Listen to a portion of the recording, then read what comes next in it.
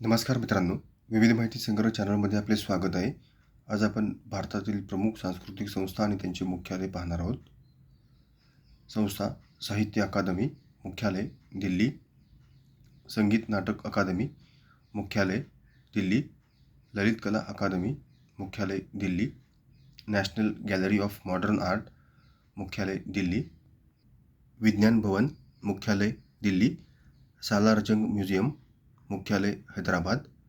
Indian museum, मुख्यालय कोलकाता.